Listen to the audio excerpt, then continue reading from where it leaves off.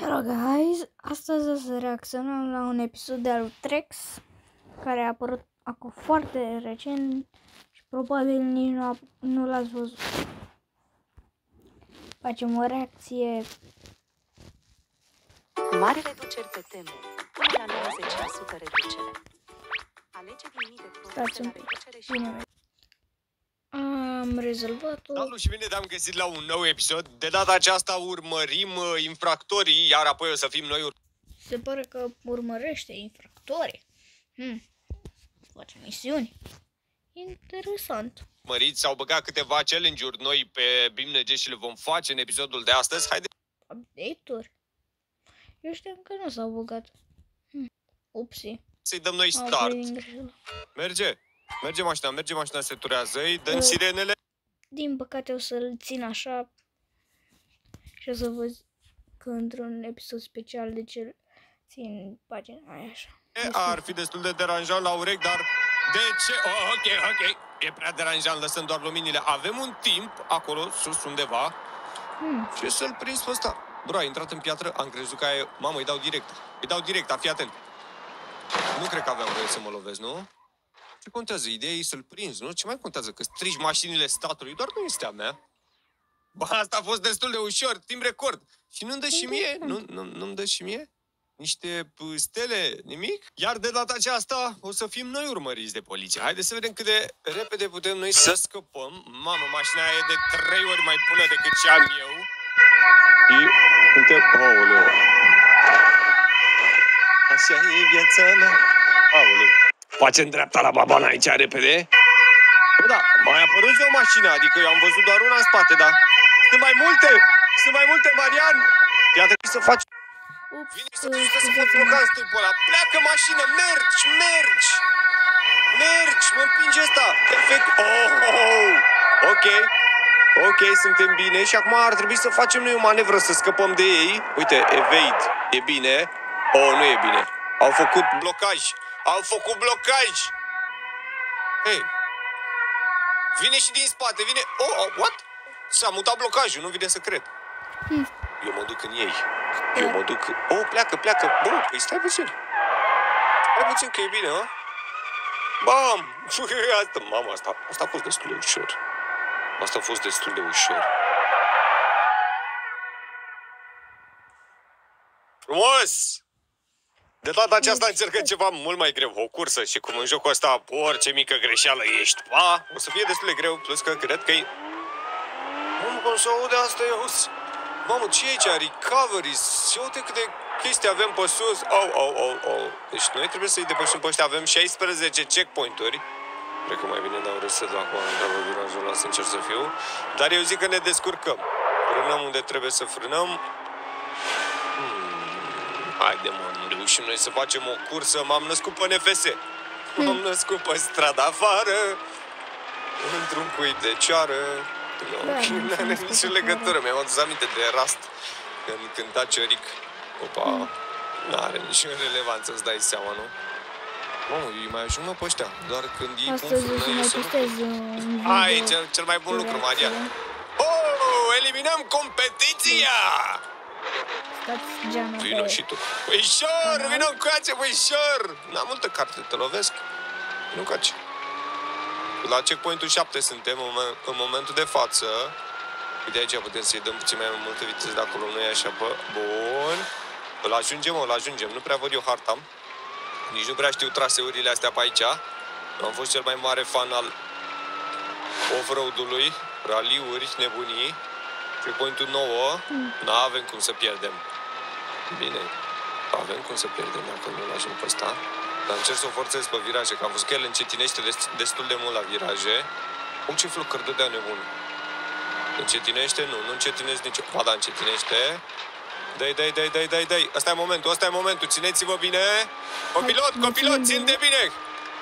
Aoleu, nu-l ajunge. Fii atent, e puțin mai rapid. Nu mă scoate de pe traseu. Frână, destul de ok, bun. Ținem poziția, intrăm pe pod. 13 din 16, mulțimea este în delir. Mașina albastră preia conducerea. Și mi se duce vocea. Și abia la 3 minute 4 din clip. Mă depășește că l-aud în spate. Marian, fii atent la cursă, Marian. Marian, fii atent. Aia era frâna mea care scârțea? Nu. A lui. Bă, stai, numai eu am voie să fac. Oh, finish! Și a câștigat. Frumos! Câte stele am luat? 3! Am luat goldul! La maret! Următoarea misiune e puțin mai diferită. Zice că avem doar 0,30 de litri de combustibil și trebuie să conducem cât mai departe. Uite, avem distanța. Păi îți dai seama că o să tai pe aici, nu? Fuel. Mamă, deja... Oh. Bravo, Marian. Bravo. Și am plecat! De data asta o să o iau pe aici, să nu mai intru în bordul. Al meu gândește cu picioarele în această minunată zi. Haide, să vedem cât de departe ajungem cu nici măcar 1 litru de combustibil. Bine.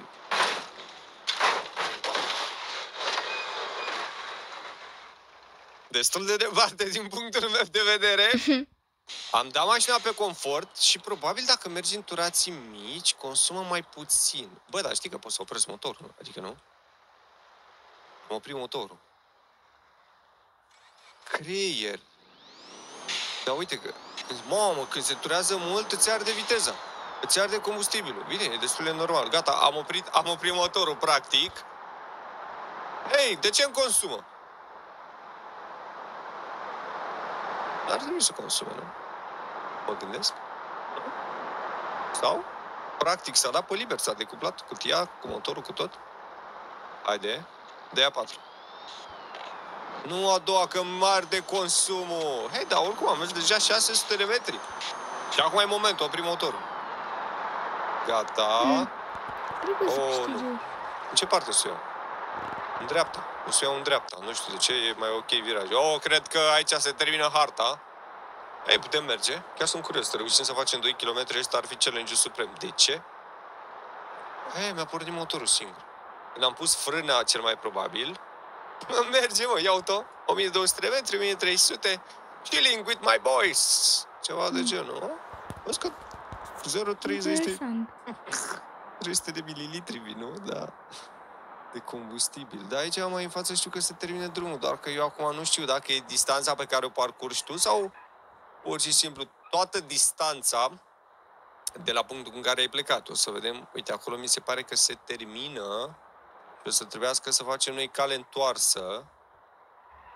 Așa, pornim motorul. Și dai, nu-i da. Ia, dacă o turăm puțin, ar trebui să schimbe a treia. Dă-i mă a treia, mă, odată, mă, că rămân fără combustibil. Dă-i mă, Marian, dă-i a treia!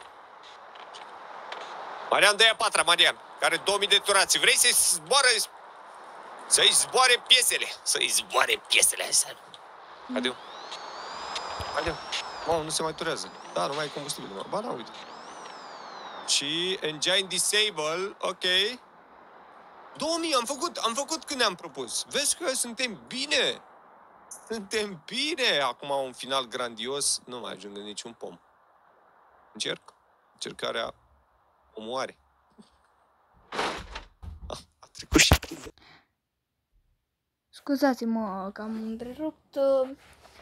La 10 minute o să termin videoclipul și o să-l și mai încolo o să postez un nou videoclip, ca să știți. Bun. Nu ne dă gol, nu ne dă nimic. Nu-l mai duce la manetă. Aici e puțin mai diferit. Trebuie să transportăm ceva contaminat, ceva combustibil contaminat, ne zice acolo. Nu știu, mama, am timp, am 1 minut, trebuie să mă descurc într-un minut. Nu spune că într-un minut. Nu cred. N-am cum într-un minut. Zice să ajungem la ăla fără să ne lovim. Ok, destul de ușor. Și mai zice să ajungem și să oprim, evident. Stai că mă duc. Auto-l pe băiat, frumos. Păi n-avem nicio problemă, mă, cum să ne lovim. Dar nu înțeleg, de ce ți-a pus timer-ul dacă practic n-ai timp? Și doar trebuie să transport asta. Păi fi sigur că o să o transport? Haide, tată, dă-i cu toată viteza pe că o transezi, că nu vine nimeni. Era foarte tare să te urmărească poliția. Sau cine știe ce se întâmplă pe parcurs. Pentru că avea dificultatea medium. Medium e destul de... medium. Dădeți-vă așa că vine Marian cu combustibilul. Am challenge, să nu încetinesc. Ok, trebuie să încetinesc. Vezi, dacă nu mă aplecam să-i țin contra greutatea, mă răsturnam. Agubă. Haide, mă. Haide, mă, că eu zic că ne mișcăm. Dar nasul că n-avem timp, nu? Mamă, uite-l pe al meu. Bă, dar urcă, mă, mașina asta, vreau... Nu știu de ce, am impresia că e goală. Urcă prea ușor. Prea ușor. Adică mă refer, iau, crește viteza și imediat. Am lovit mașina. N-are nimic, n-are nimic, n-are nimic. Ne descurcăm. Ia să vedem și exteriorul. Auto-l? Auto-l? Dacă nu merge cu videoclipurile astea, dacă nu dați și voi apreciere, ce să fac, frate?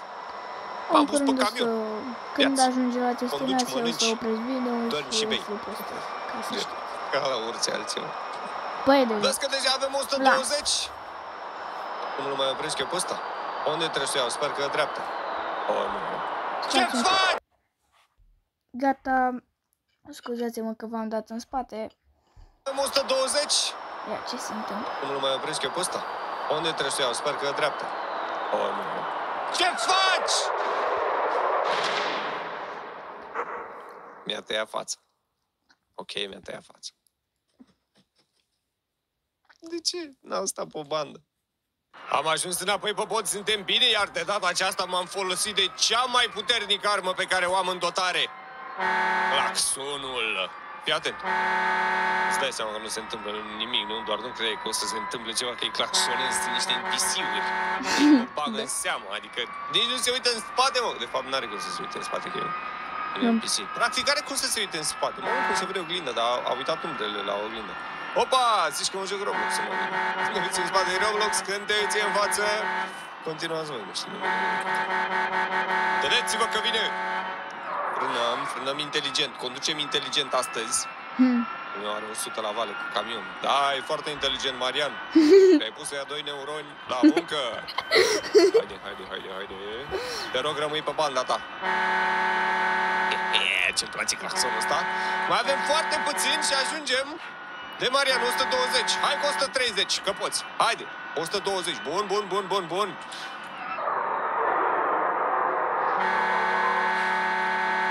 Te atenționezi că vine mașina, știi?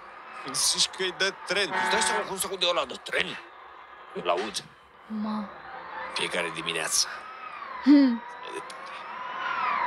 E departe. Haideți. Unde aici? Păi și cum trebuie să mă opresc? Așa cum îmi zice el? Și eu mă opresc cum zic eu. Videoclipul de astăzi. Lasă-mă, hai că cădem la un comun acord și o să mă opresc cum zice.